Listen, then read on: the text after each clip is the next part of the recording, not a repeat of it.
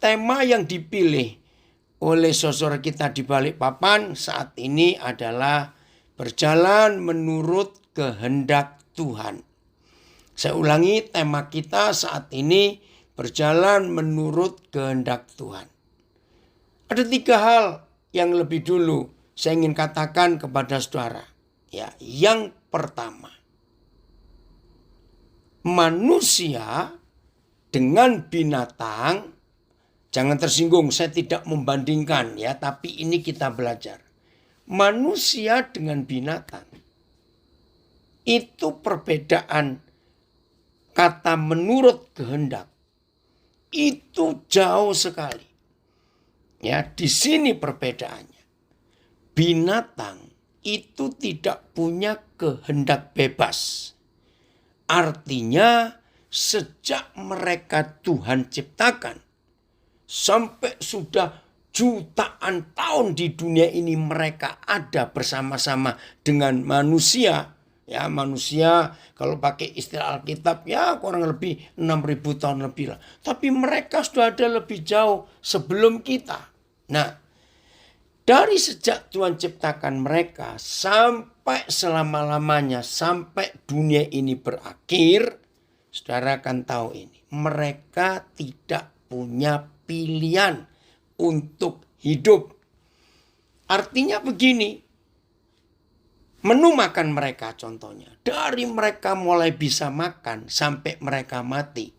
Nah, mati mereka itu ada 3 cara. 1, dibunuh orang.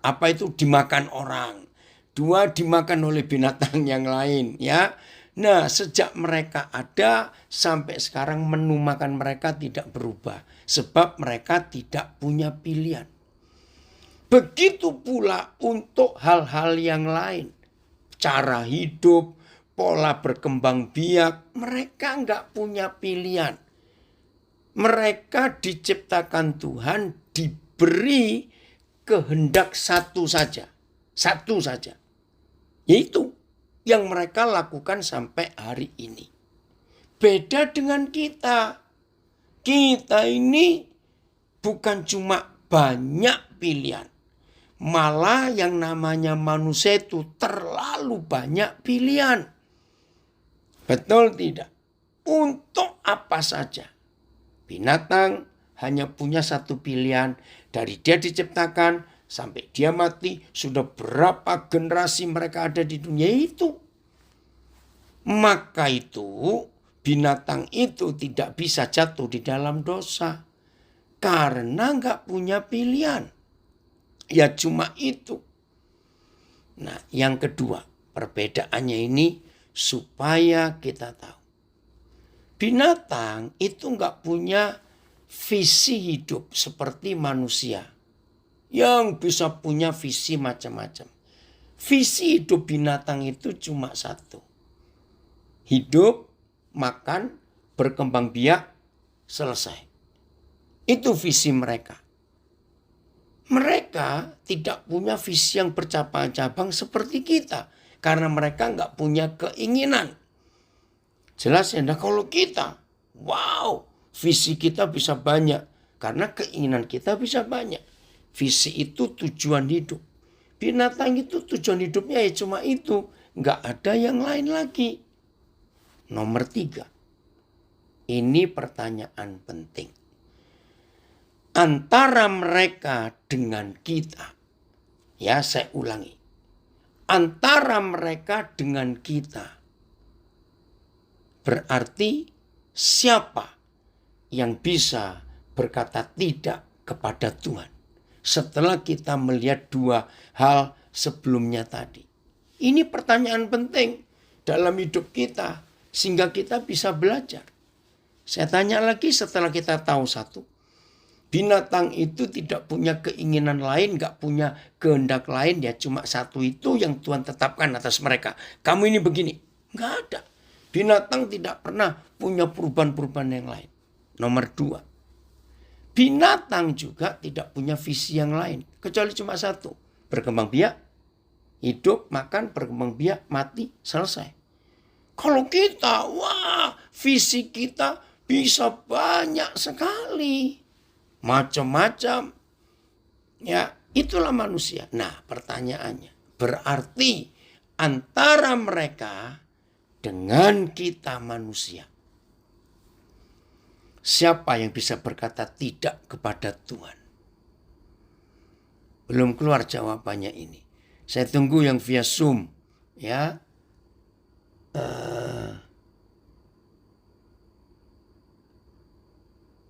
Manusia yang bisa berkata tidak. Oke, manusia sudah ada berapa yang menjadikan jawaban. Betul. Jadi kita ini yang bisa berkata tidak kepada Tuhan. Terima kasih dari Rapire, dari Manado, dari mana-mana sudah jawab. Oh, dari Calgary. Puji Tuhan. Kita yang bisa berkata tidak. Binatang itu nggak pernah bisa berkata tidak kepada Tuhan. Masih sama pertanyaannya. Ya, tapi saya pakai kata yang beda. Berarti manusia atau binatang yang bisa melawan Tuhan, melawan loh saudara. Oke, dari Tulungagung, manusia bisa berkata tidak kepada Tuhan. Belum. Oh, aduh. Ini ada yang minta link Zoom-nya dari Facebook. Bisa tolong? Ini Papa nggak tahu dari mana ini minta link Zoom-nya. Tolong tulis di Facebook. Nah, ini pertanyaan penting, saudara. Berarti antara manusia dengan binatang, siapa yang bisa melawan Tuhan? Sudah mulai jawab. Manusia memberontak melawan Tuhan. Lalu apa kesimpulan kita untuk belajar tentang hidup menurut kehendak Tuhan? Saudara, kalau saudara belum setuju dengan apa yang saya mau katakan sebentar lagi ini, saya harap saudara jangan berkata saya sesat. Saya harap saudara jangan keluar dulu untuk meninggalkan pelajaran ini. Jangan, rugi nanti. Tapi ini penting. Supaya kita tidak selalu atau sering menyalahkan Tuhan. Karena kita merasa Tuhan gak adil, Tuhan gak fair dengan hidupku.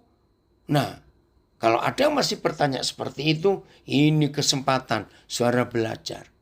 Jadi, ada satu hal yang akan membuat kita yang belum pernah tahu kebenaran ini akan terkejut. Ya, apa yang buat kita terkejut? Jadi yang ngikuti sekarang di IG dan di Facebook, tadi sempat terpotong. Jadi yang sekarang ini saya belum sempat. Oh ya, saya harus jalankan lagi semuanya ini. Maaf. Ya. Videonya Koden belum tampil. Iya, sebentar. Ini masih nunggu Zoom-nya ini ya. Maaf dulu, videonya saya belum nyalakan dulu.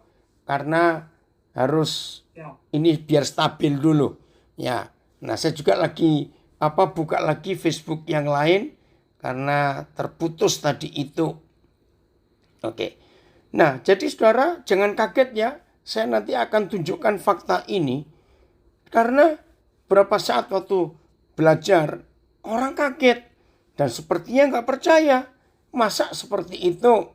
Nah, saya akan tunjukkan fakta itu. Ketika kita percaya bahwa manusia yang bisa berkata tidak kepada Tuhan, ketika kita percaya bahwa manusia yang bisa memberontak melawan Tuhan, saudara izinkan saya berkata kalimat ini.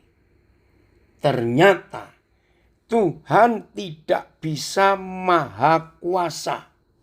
Saya ulangi, Tuhan tidak bisa maha kuasa terhadap manusia.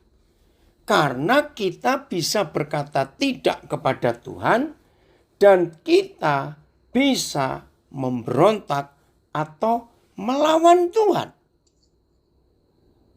Nah, ini yang membuat banyak orang kaget. Saya juga kaget pertama kali Roh Kudus memberitahukan perbedaan ini. Saya bilang, masa sih?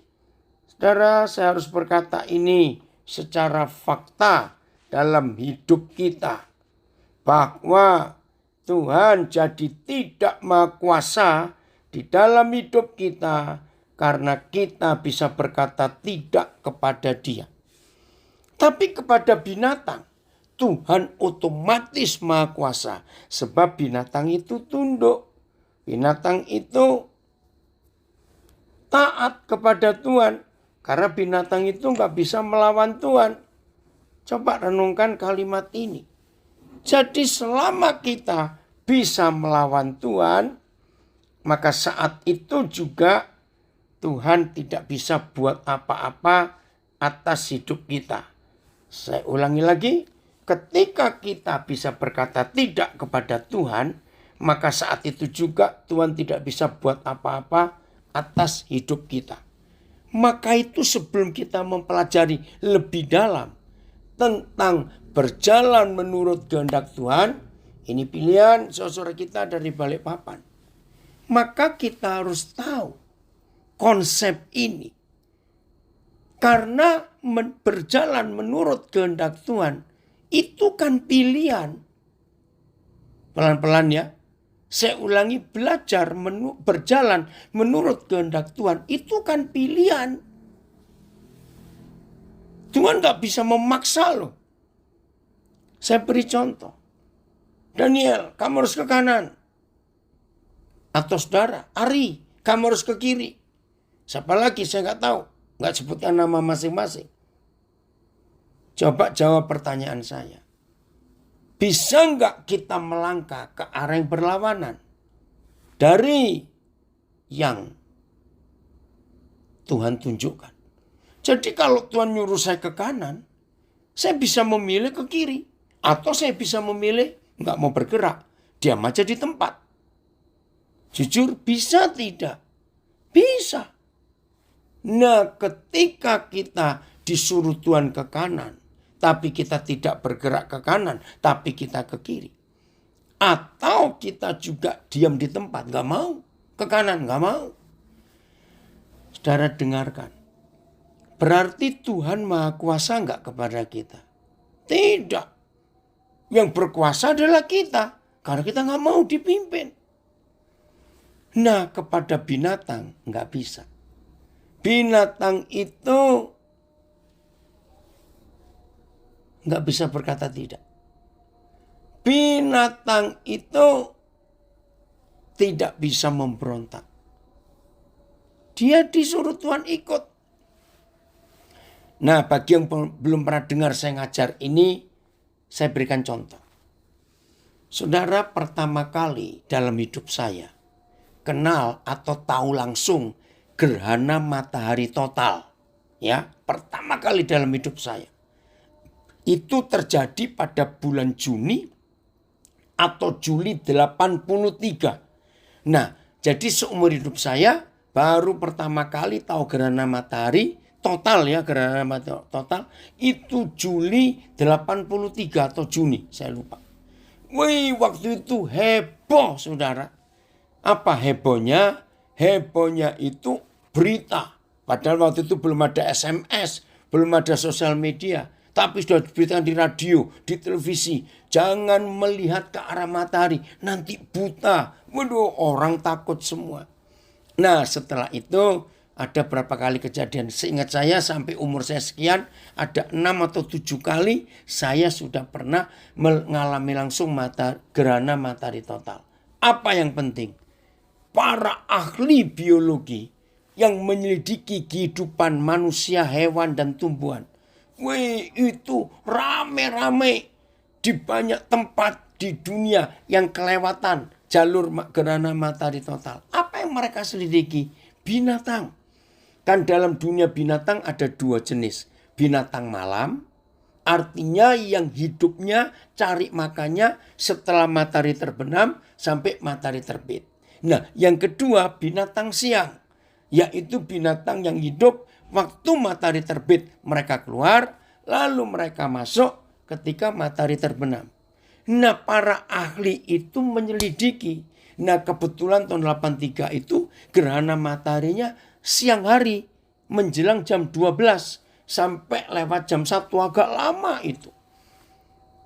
Jadi Saya tidak terlalu memperhatikan. Tapi yang gerhana matahari total tahun 2017 yang lalu itu terjadi jam 8 kurang pagi. Jadi 7.50 atau 7.45 saya lupa. Masih pagi. Itu gerhana matahari total.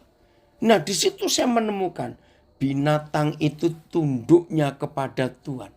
Mereka berjalan menurut kehendak Tuhan. Itu yang saya terharu. Dengarkan.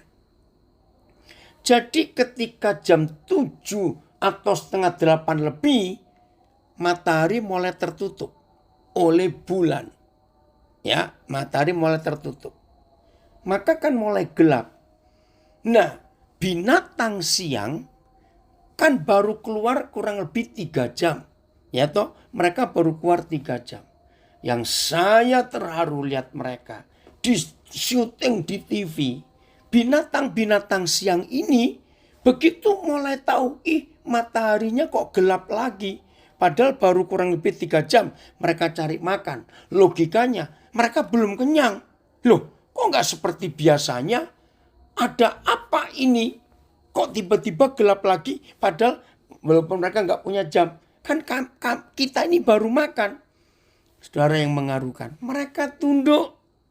Mereka kembali ke liangnya atau istilahnya ke rumahnya. Nah, yang binatang malam juga begitu. Disyuting oleh para ahli itu. Di sarang mereka, di lubang-lubang di rumah mereka, di pohon-pohon. Begitu mereka lihat matahari mulai gelap lagi, mereka mulai hidup lagi. Loh, padahal kan mereka harusnya tahu. Nah, ini tidurku kan belum nyenyak. Baru 3 jam tidur. Kenapa sekarang gelap lagi? Hebat. Mereka bangun lagi. Mulai keluar. Cari kehidupan lagi. Saudara, ini yang luar biasa. Nah, gak lama kemudian setelah rotasi bulan yang menutupi matahari itu bergeser, mulai terang lagi. Pelan-pelan mulai terang. Kembali para ahli itu dengan kamera-kamera mereka yang canggih itu. Saya melihat binatang malam yang baru keluar lagi, baru berapa saat. Karena gerhana matahari kurang lebih 1 jam lah. Maaf saya lupa. Mereka masuk lagi. Nah, binatang siang yang baru balik tidur tadi, saya harap saudara mengerti ya ilustrasi ini. Oh, terima kasih. Gerhana matahari itu 31 Mei 83. Oh, terima kasih. Oh, maka itu kasih nama hari adiknya. Bukan Juni, saya salah. Nah, mereka itu baru tidur. Loh, kok terang lagi? Saudara, mereka taat loh. Keluar lagi mereka. Selesai gerhana matahari itu, saya tuh merenung. Hebat sekali Tuhan. Binatang itu tunduknya dan taatnya kepada peraturan alam itu luar biasa. Ayolah kita jujur pada diri kita sendiri. Kalau kita belum waktunya jam tidur, lalu disuruh tidur, berontak bukan? Lihat anak-anak juga begitu waktu kita masih anak-anak. Papa mama bilang, ayo tidur. Nggak suka. Karena teman-teman main masih rame. Ngerti nggak contoh ini? Nah saudara, sebelum kita belajar lebih jauh tentang belajar hidup menurut kehendak Tuhan, saya ingin poin ini kita pegang baik-baik. Poin apa? Saya beri pertanyaan. Berarti menuruti kehendak Tuhan itu sulit atau mudah? Buat kita loh. Buat manusia. Ayo, sulit atau mudah? Jawabannya sulit. Tapi yang luar biasa, maaf saya tanya. Buat binatang, oh Tuhan ampuni kami. Jangan tersinggung kalau saya memberikan perbedaan antara kita dan binatang. Buat binatang, hidup menuruti kehendak Tuhan itu mudah atau susah? Ini loh masalahnya. Sulit. Buat manusia sulit. Hewan-hewan ngerti akan peraturan alam semesta, betul. Di Zoom dari Lampung sudah bilang itu. Ini saudara yang menyebabkan kita jadi celaka dalam hidup. Ternyata buat kita sulit mengikuti hidup menurut kehendak Tuhan. Buat binatang itu gampang. Karena mereka hidup tidak punya pilihan. Ayo mulai hari ini kita sungguh-sungguh hidup dalam mentaati apa yang Tuhan katakan. Ya, puji Tuhan kalau kita sudah dapat poin ini. Terima kasih pada Dave Abiel, mudah bagi binatang untuk taat. Betul. Tapi bagi kita ampun untuk kita bisa taat kepada dia. Ya. Maka itu dalam hidup kita saat ini saudara. Konsep ini harus kita mengerti. Ya, konsep apa? Tuhan tidak bisa maha kuasa terhadap kita. Karena kita bisa berkata tidak kepada dia. Tapi kepada binatang, Tuhan sangat maha kuasa. Karena binatang itu tunduk dan nurut.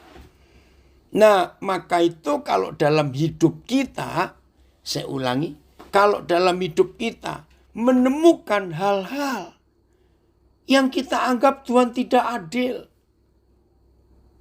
Kalau dalam hidup kita menemukan hal yang kita anggap Tuhan itu pilih kasih. Ayo hari ini kita bertobat saudara.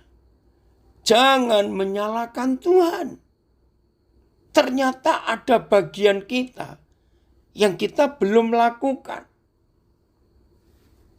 Saya beri contoh. Saya percaya tidak ada orang suka dengan sakit.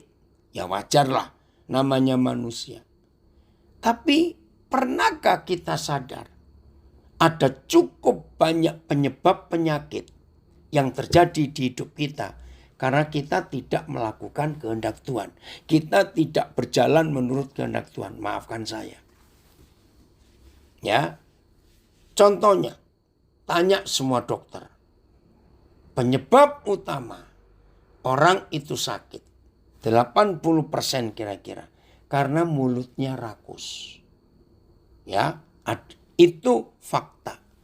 Nah, kenapa bisa mulut rakus? Ya karena sudah tahu kehendak Tuhan.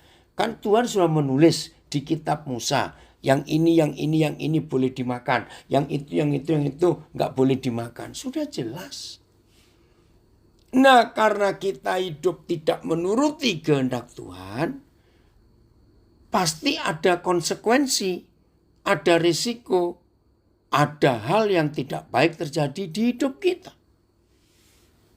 Suami istri, walaupun rajin melayani, maaf. Tapi kalau hidupnya tidak menurut kehendak Tuhan, jangan kaget. Kalau hidup rumah tangga hamba Tuhan ini mengalami berantakan karena tidak mau taat. Ini ada komen dari Instagram saya baca. Kita sering kalau ada maunya seperti maksa Tuhan. Betul. Padahal yang kita mau belum tentu yang Tuhan mau. Iya, itu resiko, itu masalahnya. Tapi kehendak Tuhan itu yang terbaik. Amin. Steve, Papa setuju akan komenmu itu. Nah, suami istri. Apa yang mereka hidupi yang tidak menurut kehendak Tuhan sampai ribut terus? Ya, baca peraturan suami istri yang dalam Alkitab. Suami itu kepala, istri itu tubuh. Karena suami itu kepala, istri itu tubuh. Maaf ya, jangan tersinggung. Saya ngomongnya itu selalu langsung begitu loh saudara. Nggak pakai basa-basi. Karena hanya suami yang kepala dan istri itu tubuh. Maka otak itu adanya di kepala. Jadi suami yang punya otak, tapi istri, ya teruskan sendiri supaya nggak ada yang marah. Istri nggak punya, maaf. Maka itu kalau dalam satu keluarga, Pak Purba tertawa itu. Maka itu kok dalam satu keluarga, satu rumah tangga ada dua otak. Itu namanya keluarga otak-otak. Saudara bayangkan kalau dalam satu keluarga ada dua otak. Bingung. Jadi kepalanya ada dua. Nah ini salah satu peraturan kehendak Tuhan yang suami istri langgar. Dan banyak lagi lah. Saya harap saudara mengerti. Jadi semua masalah dalam hidup kita. Karena kita nggak taat. Hampir semua kecelakaan lalu lintas. Hampir. Itu penyebab terbesarnya. Karena pengemudi-pengemudi itu tidak menuruti peraturan lalu lintas. Dan mengerikan loh, korbannya banyak. Ada orang jalannya benar. Turut peraturan benar. Tapi ada yang nggak benar, jadi nabrak. Nah itu contoh. Maaf, yang punya hutang. Betul, hutang yang untuk pekerjaan, untuk bisnis. Tapi dengan motivasi benar. Itu nggak akan memberatkan. Karena kan ada income lagi dan bisa diputar uang itu. Tapi orang yang hutang sampai punya masalah. Karena orang itu melanggar kehendak Tuhan. Apa itu kehendak Tuhan? Coba saudara lihat Filipi 4:19. Yang Tuhan janjikan.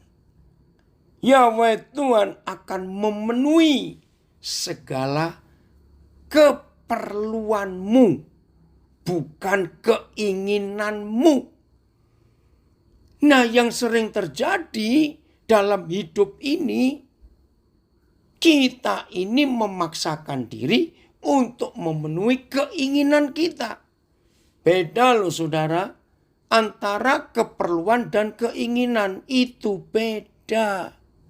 Oke, kalau sudah ditayangkan ayatnya, saya baca Filipi 4 ayat 15. Tuhanku akan memenuhi segala keperluanmu menurut kekayaannya dan kemuliaannya dalam Kristus Yesus.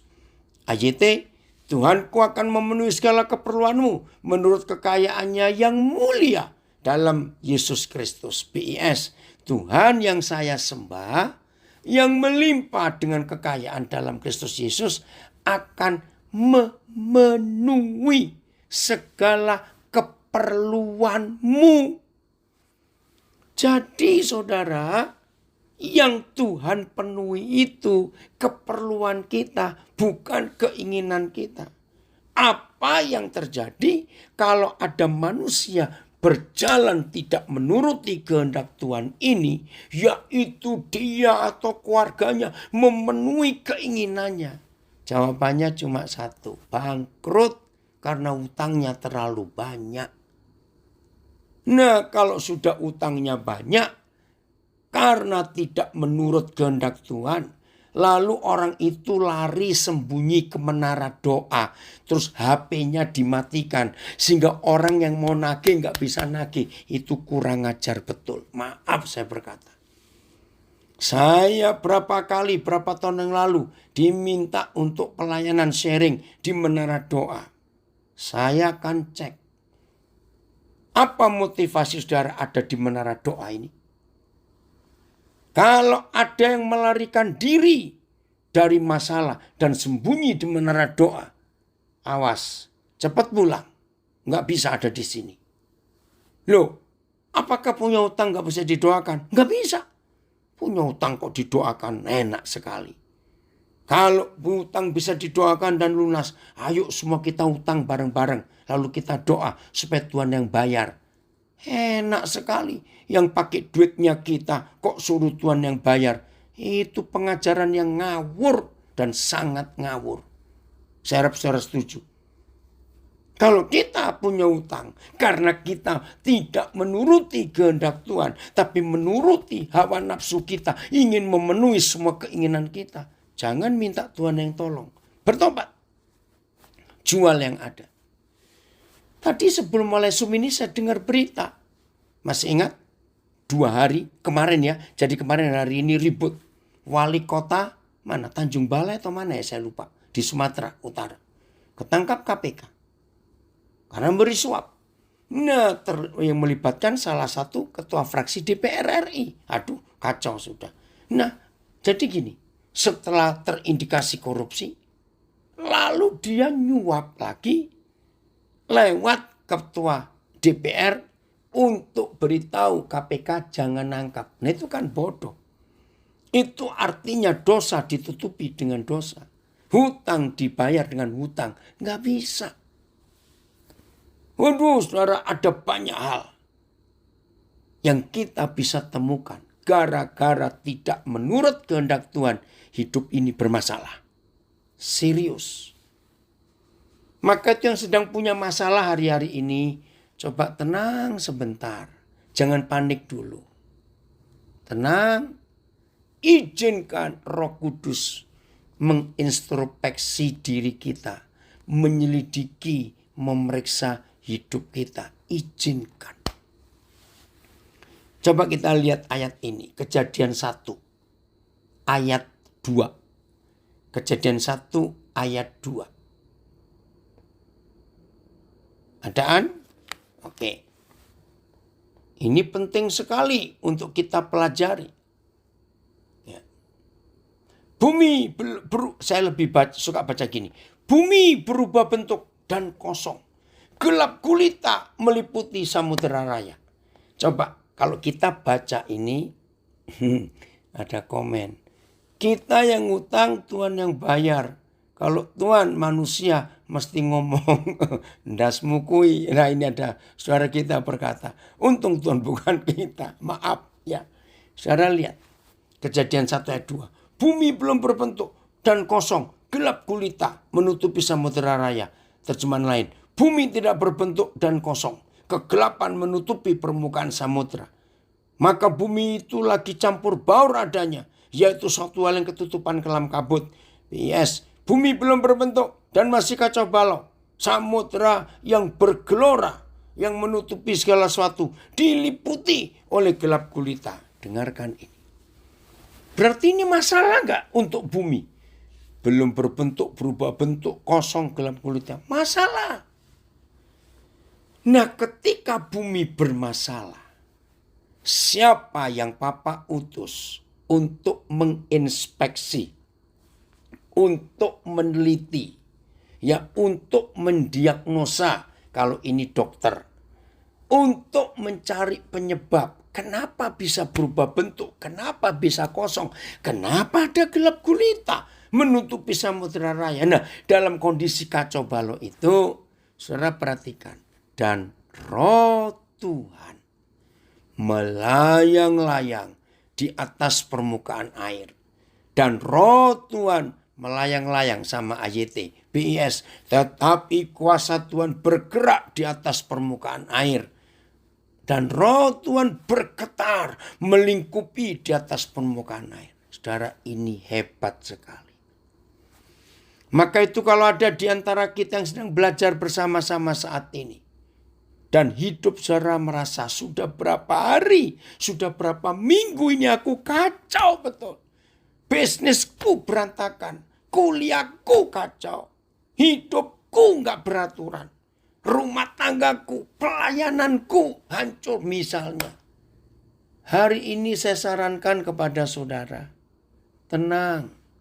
Izinkan Roh Kudus yang bekerja membongkar semua yang salah di hidup ini. Begitu Roh Kudus bekerja dan menunjukkan apa-apa yang rusak ini. Dan begitu Roh Kudus menunjukkan apa-apa yang rusak. Dan kita diberitahu ini. Sama saudara, misalnya saudara punya masalah, rumah saudara bocor. Tapi nggak tahu bocornya di mana. Sudah berapa kali manggil tukang. Tapi tukangnya selalu nggak ketemu. Akhirnya saudara ketemu seorang ahli. Ya. Lalu orang itu pasti berkata, saya mau selidiki semuanya. Di mana sumber masalah ini? Karena dia ahli, maka dia berkata, oh ini letaknya yang selama itu nggak diketahui. Nah begitu ketahuan sumber masalah di mana dan diperbaiki di situ, nggak bocor lagi. Nah itu arti Kejadian 1 ayat 2. Ketika bumi kacau balau, ketika kegelapan menguasai, izinkan roh Tuhan melayang-layang menginspeksi hidup ini. Yang salah di mana? Nah seringkali kita nggak sabaran. Baru mulai jalan. Sudah teriak-teriak lagi. Tuhan karena begini. Oh Tuhan begitu. Enggak. Oke, saya baca dulu satu pertanyaan dari Facebook. Ini mungkin bisa menolong kita. Saya tidak kenal siapa ini ya. Pak Pendeta, bagaimana bila kita punya hutang? Namun kita tetap berdoa kepada Tuhan. Mohon untuk diberikan kekuatan dan jalan rezeki yang dimudahkan demi terbayarnya hutang. Apakah doa tersebut dapat dibenarkan? Tidak. Kenapa? Dengarkan. Alkitab mengajar. Saya lupa zaman Elisa atau Elia. Ada janda yang miskin. Dikejar tuh orang yang punya uang. Dia dikejar untuk bayar hutangnya. Lalu Nabi itu datang. Nabi itu enggak berdoa loh. Enggak. Dia tanya. Hai ibu janda. Apa yang kamu masih punya sekarang? Dijawab. Sedikit minyak. Masih ingat ya kisah itu? Nah saudara yang tanya. Ya. Sedikit minyak. Diberikan. Oh Elia, terima kasih. Nabi Elia. Tapi waktu Elia mau terima minyak itu. Dia pesan. Kumpulkan semua tempat-tempat kosong di rumah ini. Janda ini bingung. Untuk apa? Begitu semua dikumpulkan. Minyak itu bisa mengalir sampai penuh tempat itu. Dan ketika sudah nggak ada lagi. Elia tanya. Kamu masih punya nggak? Apa yang ada tempat lagi? Nggak ada. Begitu Elia tahu. Yang janda itu nggak punya tempat lagi. Langsung pot. Minyaknya berhenti. Nah saya belajar dari situ. Yang punya hutang jangan berdoa. Minta dilancarkan rezeki. Minta diberkati enggak. Lalu maaf. Jual yang masih saudara bisa jual di rumah. Jangan ditahan. Karena memang kita yang salah. Nah kalau saudara yang punya hutang. Tapi rela memberikan, menyerahkan. Apa yang masih ada walaupun sedikit. Jangan takut kekurangan. Itu namanya ketulusan. Kan jahat kalau orang punya hutang. Berarti kan buat susah orang yang punya duit dong. Yang kita pakai duitnya. Padahal kita masih bisa punya ini. Bisa punya itu. Ya itu yang kita serahkan. Nah itu prinsip bayar hutang yang saya temukan di Alkitab. Jadi bukan doa. Bukan dilancarkan rezeki. Cara yang kedua. Kerja. Sedapat mungkin. Maaf. Banyak orang gak setuju kalau saya mengatakan ini. Karena ada berapa banyak orang datang kepada saya. Minta didoakan hutang. Saya bilang enggak. Ya tapi saya gak punya modal lagi. Saya ini begini. Oke. Saya bilang maaf ya. Jangan tersinggung. Jadilah pemulung. Maaf. Saudara kaget pasti saya ngomong ini. Saudara sudah terbukti. Di Indonesia ini banyak orang-orang sukses. Awalnya cuma pemulung. Dan yang terakhir ini, saudara lihat ya, sejak Januari, Februari yang lalu, Indonesia terus sedang bergerak. Ya, memberikan contoh-contoh orang-orang sukses di Indonesia karena ngumpulin botol-botol plastik yang dipres lalu dijual dan diolah jadi biji-biji plastik. Jangan merasa malu. Kalau saudara nggak bisa kerja apa-apa lagi, jadilah pemulung. Maaf. Daripada harus ngemis-ngemis minta tolong sini doa puasa. Nggak bisa. Itu kehendak Tuhan. Kerja. Yang ketiga. Ya, kalau sudah kerja pun tetap tidak mencukupi. Serahkan diri ke orang itu. Kalau mau diproses kepolisian silakan. Memang kami salah. Nah, dari banyak kesaksian yang saya pernah tahu. Kalau ada orang-orang terjerat hutang begitu berat. Dan melakukan 3 hal ini. dahsyat mujizat itu terjadi. Sebab Tuhan tidak pernah bekerja dengan pemalas. Maaf. Berdoa minta mujizat untuk Tuhan bayar hutang itu pemalas. Maaf saya berkata. Tuhan gak bisa dengar. Maka itu 3 langkah ini akan membebaskan. Oh Elisa ya. Nah ini ada yang nulis di sini. Elisa. Siapa tadi? Maaf. Oh Kotim. Ya ternyata bukan Elia. Elisa. Terima kasih ini hamba Tuhan dari Surabaya. Pak Timotius. Ini mentor saya juga. 2 Raja-Raja 4 ayat 1 sampai 7. Ya. Oh, ada komen di Instagram bagus. Jangan sampai jual ginjal untuk beli iPhone 12. Wih, keren juga dong. Kalau ada orang pengen iPhone 12 terus jual ginjal. Ini nulis ini keren betul. Lucu. Jadi yang punya utang gak bisa bayar, lakukan 3 hal ini. Cari di rumah kita apa yang masih bisa diuangkan untuk bayar utang. Kedua, kerja. Kalau gak ada lowongan kerja, jadilah pemulung. Ambil barang-barang plastik. Itu gak apa-apa, jangan gengsi. Memang sudah salah. Yang ketiga, tetap gak dapat juga. Ayo, serahkan diri ke polisi. Ya sudah, mau apa? Oh, ini ada yang komen. Bantu-bantu orang lain juga bisa. Atau jadi pembantu. Iya bisa. Yang penting bisa bayar utang. Puji Tuhan dari Toronto gabung. Nah inilah konsep hidup yang ada. Waduh terima kasih nih. Kepada salah satu anak saya. Jangan sampai jual ginjal untuk beli iPhone 12. Lucu juga. Oke, saya lanjutkan. Jadi terbukti saudara. Cukup banyak masalah yang terjadi di hidup kita. Ternyata karena kita hidup tidak menurut kehendak Tuhan. Cuma ada satu di antara 2. Kalau kita tidak sedang menurut kehendak Tuhan, berarti kita sedang menurut kehendak diri kita sendiri. Izinkan saya berkata, semua yang muncul atas keinginan diri sendiri, semua yang muncul, itu ternyata pasti urusannya dengan hawa nafsu, dengan dosa, dan keinginan daging. Saya harap saudara menyadari konsep ini. Ya. Jelas ya saudara, maka itu penting. Kita betul-betul.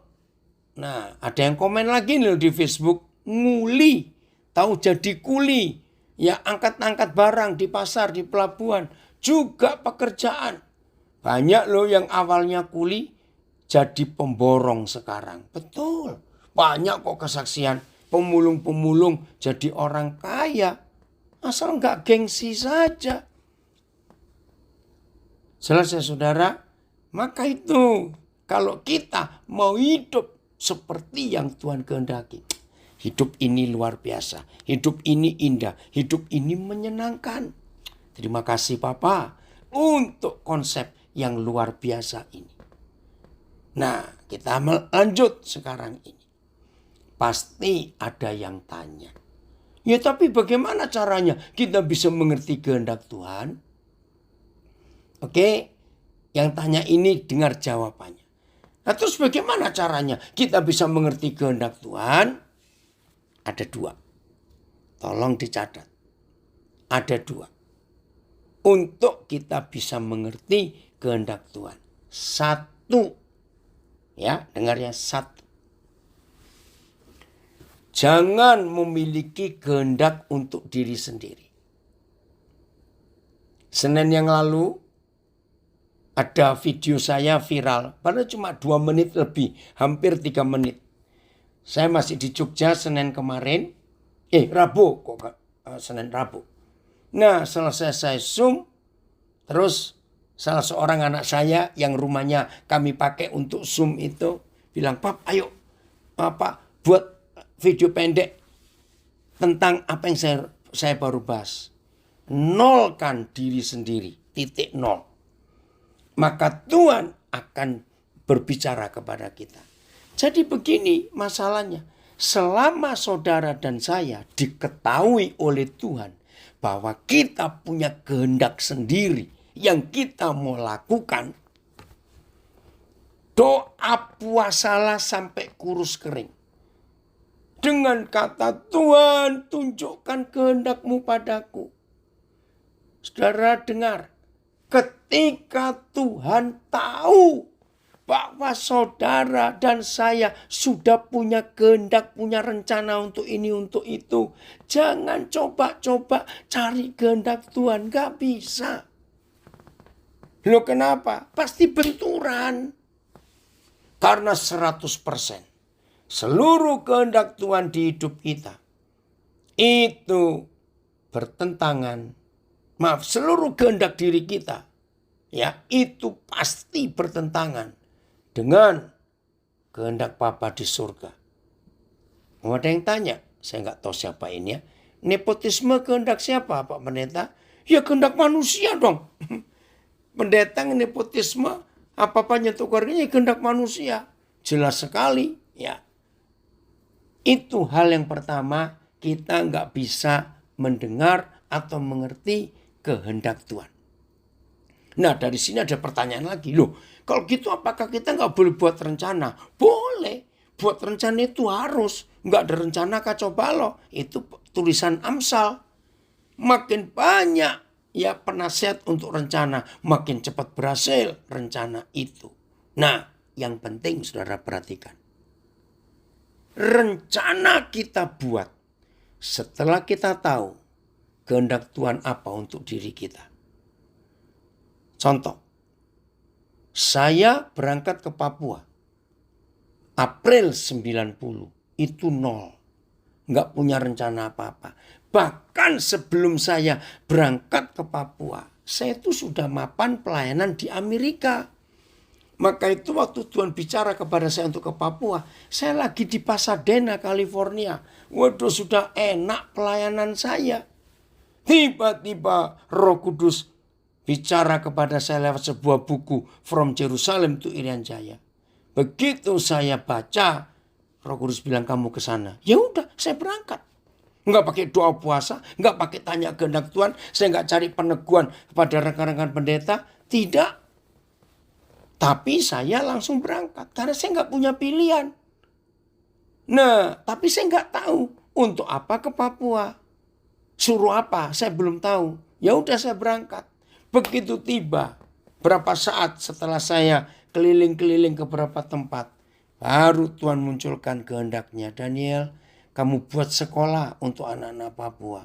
Jadi 90 April saya tiba, kira-kira akhir 90 itu saya baru dapat pernyataan. Oh, buat sekolah. Nah, ketika Tuhan bicara untuk saya buat sekolah, baru saya lihat, saya bentuk rencana.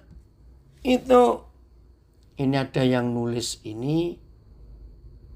Terima kasih, ini tulisan bagus. Saya belum kenal siapa John Luke. Lihat burung-burung di udara yang tidak menabur, menuai, namun diberi makan oleh Bapamu di surga. Bukankah kamu melebihi burung-burung itu?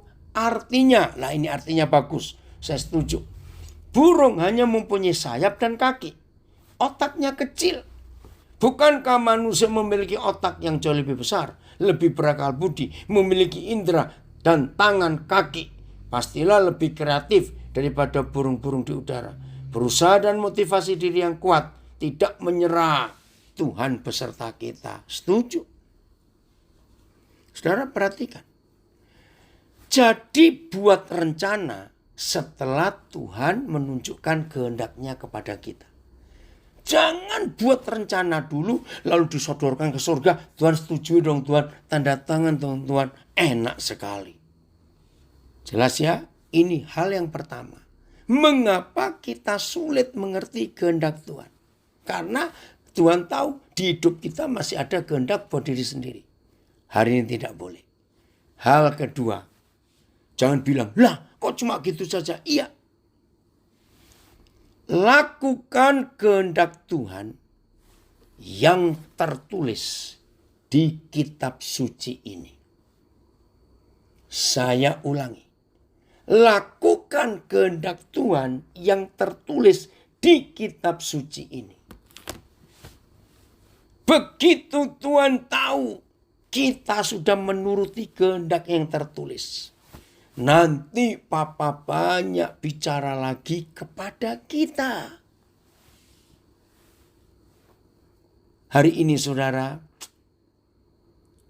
saya nggak tahu apakah Ibu Asti, Josephine Asti dari Jogja ikut gabung. Kalau ikut gabung nanti bisa memberi kesaksian. Terharu saya kalau lihat grup keluarga mereka.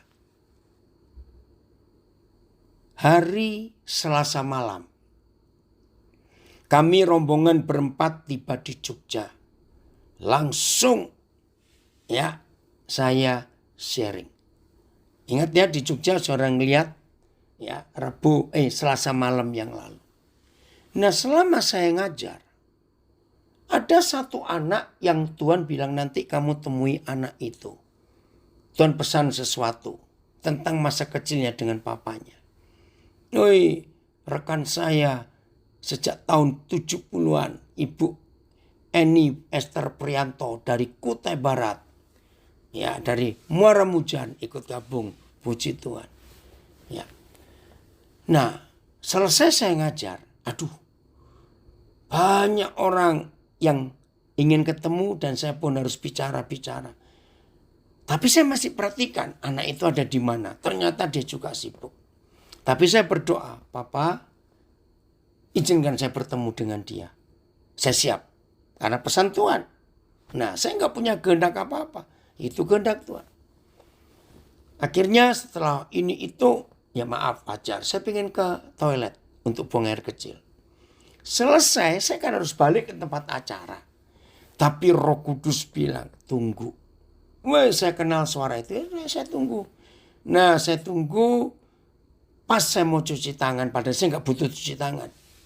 Anak ini datang ke toilet itu. Saya kaget. Ini yang saya tunggu. Begitu ketemu, saking emosinya saya cuma tanya kalimat pertama. Siapa namamu? Dia sebut namanya. Nah, saya cuma tanya kalimat ini. Ada apa dengan ayahmu? Wajahnya itu penuh kemarahan, tapi dia nangis. Wah, sudah betul kalau begitu. Nah, kebetulan di balik toilet itu ada halaman kosong. Saya ajak dia ke belakang. Saya cuma peluk dia, saya bilang maafkan. Saya mewakili ayahmu yang tidak bertanggung jawab itu. Saya mewakili ayahmu yang sering bohong kepada kamu. Wih, anak ini menangis, saudara. Enggak sebentar. Cukup lama. Sampai pundak saya kiri kanan basah dengan air matanya, maaf, dan ingusnya. Nangis tidak berhenti-berhenti. Saudara, karena dia begitu kecewa dengan ayahnya. Yang meninggalkan dia. Sampai SPP sekolahnya nggak bisa terbayar. Wih, hari itu Tuhan jamah. Nah, yang saya panggil tadi Ibu Asti itu tantenya. Yang saya sudah kenal lebih dulu. Nah, ternyata tantenya itu. Siapa ini? Oh, Filemon, awas kamu. Nah, ternyata tantenya itu sudah punya rencana. Nanti kalau Pak Daniel datang ke Jogja, saya harus ketemukan kemenakan saya ini. Nah, dia nggak sempat juga karena sibuk. Tapi Roh Kudus bekerja luar biasa, saudara. Nah, Rebu pagi kami berangkat ke Tawangmangu, saya ajak dia. Kemarin dari Tawangmangu ke Salatiga ke Bandung saya ajak. Hari ini rambutnya panjang sekali. Terus saya ajak cukur, ayo kamu gunting rambut. Nah, itu tadi saya kontak dengan keluarganya. Aduh, luar biasa. Johnny Siombing, oh ya kamu ingat juga ya John, Papa ingat itu. Nah, ini contohnya, saya nggak punya kehendak buat diri saya sendiri. Maka itu Tuhan gampang bicara kepada saya untuk menunjukkan kehendaknya itu apa. Enak sekali. Maka itu saya ulangi lagi. untuk bisa mengerti kehendak Tuhan. Satu, jangan punya kehendak buat diri sendiri. Tunggu papa nyatakan kehendaknya, baru kita buat rencana atau planning.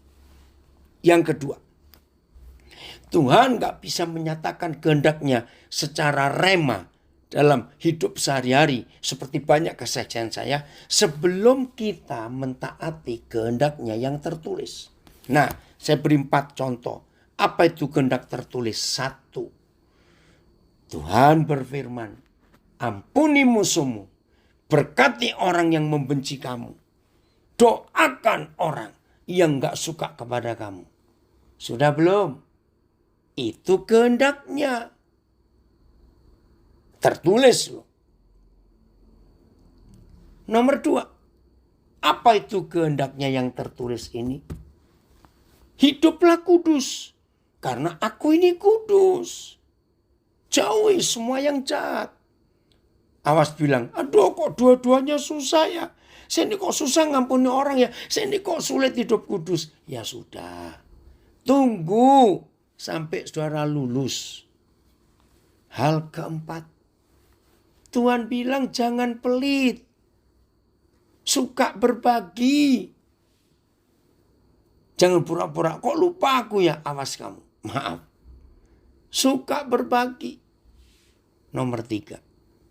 Nomor 4. Ada perintah yang tertulis. Hendaklah kamu rajin memberi tumpangan. Apalagi yang rumahnya besar. Kamarnya banyak. Awas ya, yang punya rumah besar, kamarnya banyak. Jangan cuma semut dan kacoak yang tinggal di kamarmu itu. Awas kamu. Banyak orang yang susah. Ayo tampung mereka. Saya nggak tahu ini. Andre ikut nggak ini di sini. Ya, Andre tadi kaget. Saya bisa ngelihat mengajak Igo. Igo itu yang baru saya kenal Selasa malam. Sudah saya ajak jalan. Ya memang pasti ada waktu. Kalau Roh Kudus suruh. Oh, ini Michael, anak saya dari Bandung, beri kesaksian. Bapak Daniel saat ketemu sama saya bersama kayak begitu. Rencana Tuhan tidak bisa kita tebak. Bagaimana jadinya? Puji Tuhan. Jadi, lakukan yang tertulis. Apa kehendak Tuhan? Maaf, jangan ngeyel lagi. Jangan ngengkel lagi. Loh, saya nggak tahu loh. Mana kehendak Tuhan tertulis? Awas kamu. Ya baca ini. Baca. Cari apa kehendaknya. Ada banyak sekali. Matius 5 ayat 17. Jadi jangan pura-pura kita nggak tahu kehendaknya. Ada banyak. Ay, puji Tuhan, Ibu Gembala hebat dari Nabire gabung.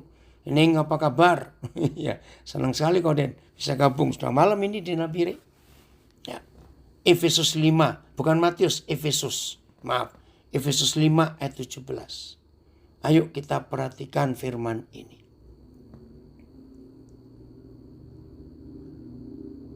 Efesus. Oke. Ya. Sebab itu janganlah kamu bodoh. Oh, enggak enak sekali. Bodoh di mata Tuhan bukan orang yang enggak sekolah, bukan orang yang enggak bisa baca, bukan orang yang begini, tidak. Bodoh di hadapan Tuhan. Itu kalau kita manusia ini enggak bisa mengerti kehendaknya. Maka itu maaf ini istilah saja jangan tersinggung. Kalau ada profesor yang hebat, jenius, mungkin super jenius. Tapi profesor itu enggak mengerti kehendak Tuhan. Maka di hadapan Tuhan maaf dia orang bodoh. Ayat. Karena itu janganlah menjadi bodoh. Tetapi mengertilah apa itu kehendak Yahweh. BIS. Jangan bodoh. Tetapi, nah ini ada kata bagus. Selidikilah apa yang dikehendaki Yahweh. Perintah loh, selidikilah. MLT. Sebab itu, janganlah kamu menjadi bodoh. Tapi sambil memahami apa kehendak Tuhan. Nah, memahami. Ini ada FAYH. Saya baca. Makasih bagus. janganlah bertindak sembrono. Ya, janganlah bertindak sembrono. Melainkan carilah dan lakukan apa yang dikehendaki Tuhan dari saudara. Nah, jelas ya saudara? Maaf, okean. Ya. Jadi siap ya kita berusaha untuk mengerti kehendak Tuhan. Oh, dari Filipina juga hadir. Oke, Pak Layang. Puji Tuhan, senang sekali. Dari Filipina juga bisa hadir untuk kita belajar terjemahan sederhana Indonesia. Ya, Vincent, kamu kenapa tertawa? Itu anak saya. Ya, senang Papa kamu bisa hadir juga. Jadi janganlah hidup sembarangan. Ini terjemahan sederhana Indonesia. Efesus 5:17. Jadi janganlah hidup sembarangan. Tetapi usahakanlah supaya kamu mengetahui apa yang Tuhan mau untuk kamu lakukan. Terima kasih Bapak. Ini yang kita harus tahu. Saya ulangi lagi ya, terjemahan sederhana ini. Jadi janganlah hidup sembarangan. Tetapi usahakanlah supaya kamu mengetahui apa yang Tuhan mau untuk kamu lakukan. Saya beri kesaksian sedikit lagi. Perjalanan saya kali ini betul-betul unik. Ya, tolong yang ngikuti selama berapa hari ini ya di sosial media saya, pasti orang itu bingung. Nah, karena kan masih pandemik. Jadi pelayanan saya 90% lebih ya via sosial media ini. Zoom, Instagram, Facebook. Jadi saya punya banyak waktu untuk keliling. Nah, akhirnya anak saya, suami istri dari Makassar, ya itu ke Surabaya karena ada urusan bisnis mereka. Nah, waktu itu saya sudah di Bali, ada pelayanan juga. Nah, saya belum punya planning dari Bali mau kemana. Saya pikir mau balik ke Jakarta atau saya pulang Nabire. Ternyata anak saya bilang, ayo ke Surabaya. Ya udah, saya ikut ke Surabaya. Tapi itu pun belum tahu berapa lama. Nah, begitu tiba di Surabaya, ternyata anak saya ini punya rencana, ada urusan lagi kerjaan di Bandung. Ya udah, naik mobil. Ya udah, lumayan bukan? Lumayan apa? Enggak disogrok-sogrok hidung ini saudara untuk tes itu. Jadi naik mobil. Nah, dalam perjalanan ke Bandung, mikir, ayo kita mampir Jogja. Ayo. Saudara bisa bayangkan. Jadi kami ke Jogja tanpa planning jauh-jauh. Sampai Jogja. Wih, ternyata Tuhan bekerja. Dari Jogja mau kemana? Ya ke Bandung tujuannya. Belum berangkat ke Bandung. Ada seorang hamba Tuhan namanya Daniel Gultom dari Jogja. Itu Rabu siang. Rabu siang itu kami sudah berjalan mau ke Bandung. Tiba-tiba hamba Tuhan bilang, enggak, tolong ke Tawangmangu, ke soal Alkitab. Ya udah, jadi saya dengan David, nah saya gimana? Ya udah berangkat, beloklah ke Tawangmangu. Enggak ada rencana. Ternyata di Tawangmangu Tuhan punya acara yang luar biasa. Sering ikuti toh yang saya ngajar, maka itu ikuti Zoom, Instagram, Facebook akan tahu. Udah. Dari Tawangmangu ya tetap balik ke Bandung lagi. Memang tujuannya Bandung. Lewat tol. Salatiga. Mampirlah kami ke Salatiga. Ngerti enggak saudara? Nah setelah Salatiga tadi malam. Ya kami tiba di Bandung. Nah anak-anak saya di Bandung tanya. Mau berapa hari di Bandung? Saya bilang gak tahu. Terserah dengan David saja. Karena saya gak ada apa itu yang dituju khusus. Pokoknya saya di mana-mana bisa berbagi asal ada internet, saya bisa sharing untuk belajar seperti ini. Ada yang cerita, Hizkia endap, saya nggak tahu. Bersyukur di pandemik ini diajarin banyak kebenaran melalui Instagram Bapak. Puji Tuhan. Jadi ingat kisah Yunus yang lari dari panggilan kehendak Tuhan. Iya, jangan seperti itu. Oh, ada yang nulis lagu itu, waktu Tuhan pasti yang terbaik, walau kadang tak dapat dimengerti. Amin. Ada yang ajak mampir ke Kelapa Gading, kejauhan. Papa masih di Bandung, tunggu dulu. Oke ya, dan inilah hidup. Maka kalau kita bisa menikmati hidup seperti yang Tuhan inginkan, hidup itu bahagia. Di Zoom ada yang bilang, mau dengar-dengaran dan mengikuti apa yang Tuhan mau rencanakan bagi pribadi kita. Harus membangun hubungan intim dengan pribadi Bapa di surga. Enggak cuma intim, tapi taat. Percuma kita intim dekat Tuhan tapi kita nggak taat. Oh, Brebes, oh ya Tulungagung. Waktu itu ya terima kasihan. Sampai lupa dari Surabaya ke Tulungagung dulu. Ya, dari Tulungagung terus ke Blitar. Blitar balik Surabaya terus jalan lagi. Wah, enak sekali. Oh ini anak saya Karawang. Saya lompat tidak ada jadwal ke Karawang. Nggak tahu ini. Tunggu aja nanti mau di mana. Medi sabar dulu ya. Oh Miske. Berarti papi juga bisa main di Jambi. Sudah nanti saja Miske. Jambi sudah ada jadwal nanti bulan Mei atau Juni ya saya lupa itu. Sabar dulu. Ya. Jadi untuk apa saja dalam hidup ini. Ayo belajar kehendak Tuhan. Nah, jadi berapa hari ini perjalanan, anak-anak saya saling guyon. Kapan ke Palembang? Sudah ada jadwal Maria? Saya nggak tahu Maria Magdalena di Palembang ini siapa. Nanti akan dapat tahu beritanya kapan ke Palembang itu. Nah, berapa hari ini anak saya berkata, wih pokoknya tergantung tiang awan suruh belok kemana. Ikut saja. Seru betul. Ya udah ngikut saja. Apa yang Tuhan mau kerjakan. Yang penting tiap hari bisa jadi berkat. Itu menyenangkan sekali. Kalau tiap hari kita bisa jadi berkat hidup ini. Berguna buat orang lain. Nah ini loh enaknya. Jadi saya itu hampir gak pernah mikir bagaimana urusan saya. Keperluan saya gak pernah mikir. Saya bersyukur untuk istri saya. Dia yang mengizinkan saya meninggalkan Nabire. Karena pelayanan saya banyak via Zoom dan tergantung internet sinyal. Di Nabire itu sinyal masih susah. Terima kasih untuk istri yang luar biasa. Yang mengizinkan itu. Jadi jelas ya saudara. Ayo mulai hari ini dalam kehidupan kita sungguh-sungguh. Aduh, kapan ke Kalbar? Tunggu dulu. Ini ada yang tanya lagi. Kalbar. Oh itu ada dari Tarakan juga. Yasmina, tunggu dulu ya. Banjarmasin. Woi, Edi. Oke ya. Ayat terakhir. Jadi mulai hari ini ikuti kehendak tentu pasti enak. Dan kita pasti gak akan celaka. Karena tuntunan Tuhan itu tetap yang terbaik untuk kita. Ayat yang terakhir. Biar ini jadi kekuatan buat kita semuanya. Yesaya. Pasal yang ke-61. Yesaya pasal yang ke-61. Ayat yang pertama. Inilah kuasa Tuhan yang bekerja di hidup kita. Kalau kita hidup dalam berjalan menurut kehendak Tuhan. Roh Yahweh Tuhan ada padaku. Nah siapa yang ada pada hidup kita? Kalau roh Yahweh Tuhan, Roh Kudus itu ada di hidup kita. Oleh karena Yahweh telah mengurapi aku. Ini loh tujuan kehendak Tuhan yang utama. Saya ulangi.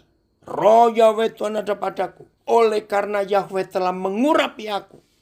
Ia telah mengutus aku untuk menyampaikan kabar baik. Untuk menyampaikan kabar baik kepada orang-orang sengsara. Merawat orang-orang yang remuk hati. Untuk memberitakan pembebasan kepada orang-orang tawanan. Dan kepada orang-orang yang terkurung. Supaya mereka lepas dari penjara. Ini panggilan Tuhan atas kita. Saya akan bacakan dari Amplified. The Spirit of the Lord God is upon me. Roh dari Tuhan ada padaku because the Lord has anointed.